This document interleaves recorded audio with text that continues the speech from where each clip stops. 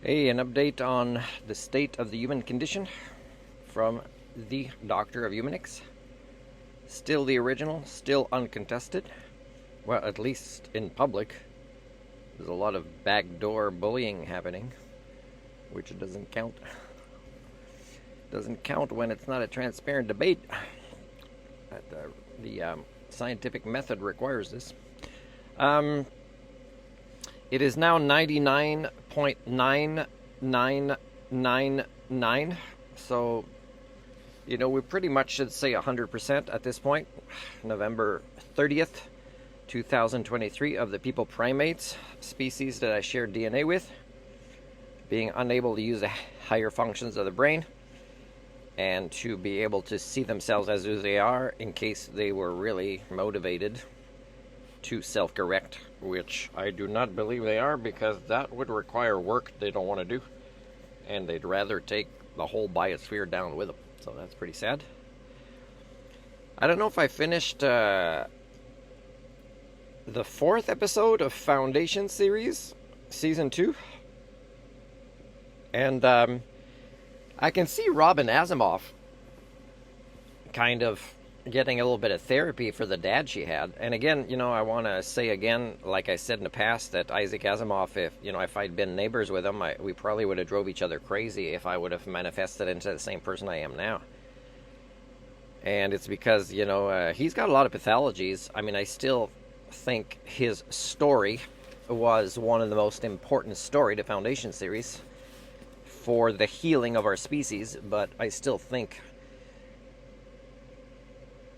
at least in the last couple of decades, that it's too late. We missed the point of making use of that story. And stories are so important. And I see so few people wanting to actually pay attention to stories or make efforts to kind of find the wisdom in it. Even though the wisdom is simple, it could be like one thing in the story, and it could be a short story, and it could be the person telling the story has the ability to know that that's the wisdom of that particular person at the time, to require to kind of hear that story, like feeding the proper wolf, for example, or something simple like that. And it's a time of their life, let's say somebody's feeding the wrong wolf. It could be just simple things like this delivered in the right way at the right time by the right person, and there's no such thing anymore. Hardly anybody trusts people helping them in that way with stories. And even if they did, paying attention for a couple of minutes to get the point is sometimes something people can't do, and then to actually make the effort, and then know that the effort goes beyond that length of time to listen to the story, and might even include somebody that told you the story being there for you as a support person to check in with once in a while on your progress, an accountability coach, and that person would do it. And that's what makes the person not want to go there, because it means they have to do the work to self-correct. Yeah, it's pretty sad, a lot of patterns I'm picking up. Like, I sent emails myself to, let's say, British Columbia politicians or MPs, and I've seen it devolve in the last couple of years. That I used to get, if we're really, we get a lot of emails, kind of auto generic reply. Can you please tell us your postal code so we know if we kind of legally should be taking you seriously or not? And so what I've done is I've bypassed that, and I've kind of contacted ministers that are in charge of certain things, and they have a different email for that thing. Let's say a climate emergency or something, or transportation or health, and there's not even an auto reply anymore. Even though they know they shouldn't be asking where the postal code is if they represent that mission statement for the province. And the local library, I mean, what's the use of books anymore for our species? I mean, the local library have recently decided to make decisions for me and take over my life, because they believe somehow I'm inferior. I remember one time I said, can you arrange to get that book, Jonathan Livingston Seagull?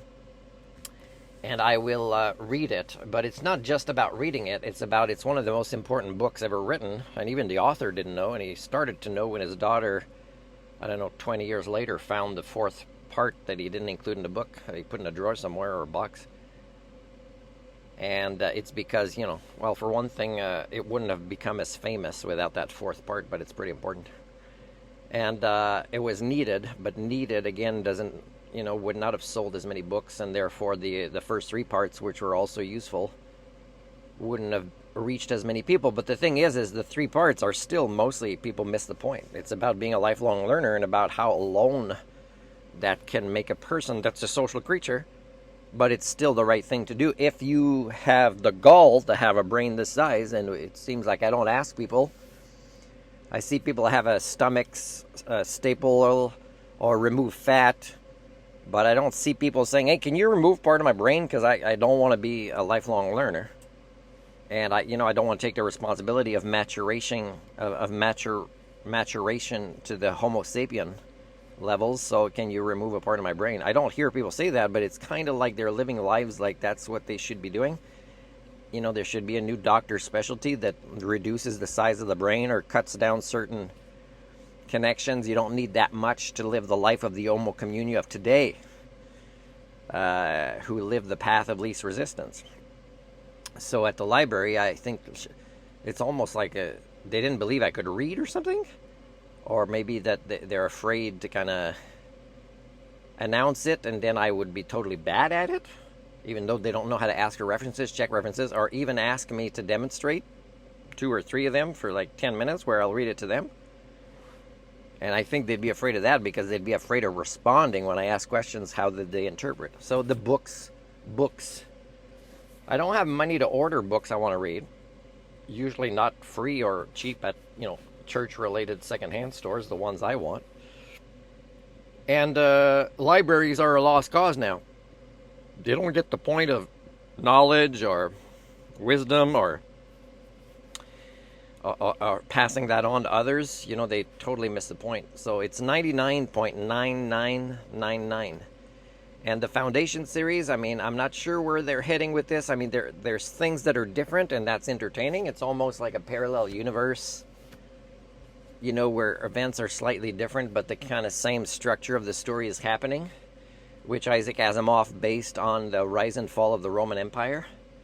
But really, any empire, and it's actually the one we're in now, the global proto-society that we're in now, has similarities. So will the Foundation series from Apple, will they delve into this to turn this into the story we need to learn? And again, they won't. They don't take global repair responsibility seriously if they ever knew that's what the story could do. Because if so, they wouldn't just leave it on Apple. They'd say, okay, Apple, we're going to charge money for everything, but we think this is such an important story, everybody has access to it. And, it's one of the lessons that are missed from that story and from Isaac Asimov. And Isaac Asimov, his second wife was a psychiatrist, but sorry, Janet, you're dead now. I could talk about this. And Janet, she had, a great admiration of Isaac Asimov. She ended up marrying him, and she didn't do her own work as a psychiatrist. And, to write the books after he died, to say what she said, instead of having just been a psychiatrist or ask somebody to help in her relationship or admit her own pathologies, which Isaac Asimov didn't do, Janet didn't do. And now, Robin from, the Shadows is almost using a little bit of the Foundation series as a way to vent a little bit, where she believes that's therapy. Just to kind of see characters kind of say negative things about Harry Seldon, who Isaac Asimov identified with. And a particular character, feeling like was the daughter, but, it's changed a little bit in that story where some of the characters have different genders. So, yeah, I don't know what to tell you. For me, the signs are there. The signs of people that are supposed to serve their populations all around the world, not just in Canada, can't be bothered to even take part in conversations with anyone that may or may not be able to explain to them, do you know that that's not what a public servant would do, and that it looks like this? And people are doing their own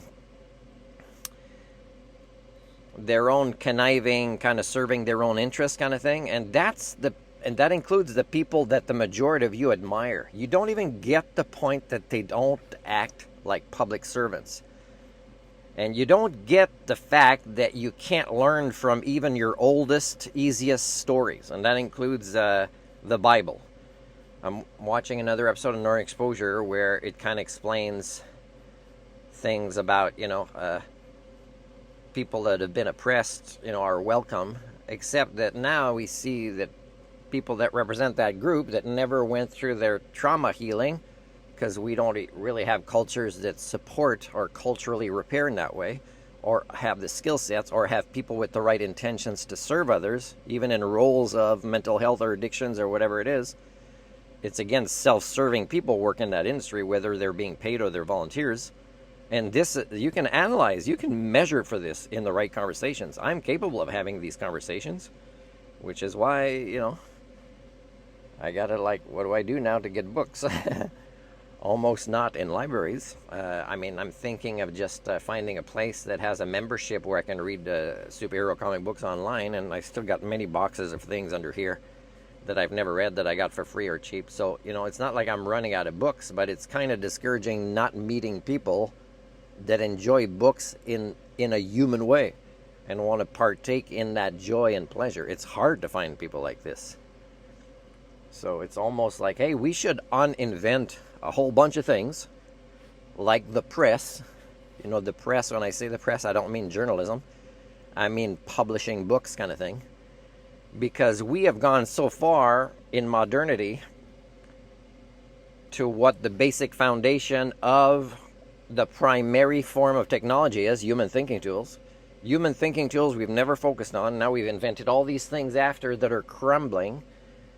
And it's worse that in the time of the Roman Empire crumbling, because even though they had an impact on a large section of what back then was, people might say civilization, but it's, again, proto-civilization like today, more or less stable for a short length of time, is now we have something they didn't have in the Roman Empire. We have plastics, we have unbalanced ecologies sending us pathogens. We have ways to live with the natural world that are so toxic to us.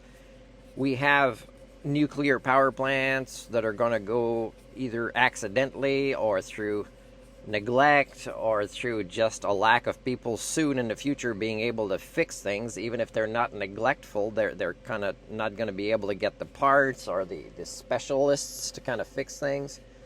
We got radiations, we got species dying off that help the natural world to heal and give it resilience. These are all things we didn't have during the rise and fall of the Roman Empire. So hence the importance of the Foundation series, in the sense that we are looking at a very long period of dark ages coming. And it all relates, ironically, to things that disconnected from the real world, the natural world, and of ourselves. So again, you're looking at pretty much every religion. Pretty much. Okay, so right now I downloaded something called a Constitution for Non-Theist Friends, Quakers. Okay, I'm going to read this. I'm going to try to connect with people like this as my last attempt to find the elusive Homo sapien. But again, my hopes are not very high because my theory is not wrong.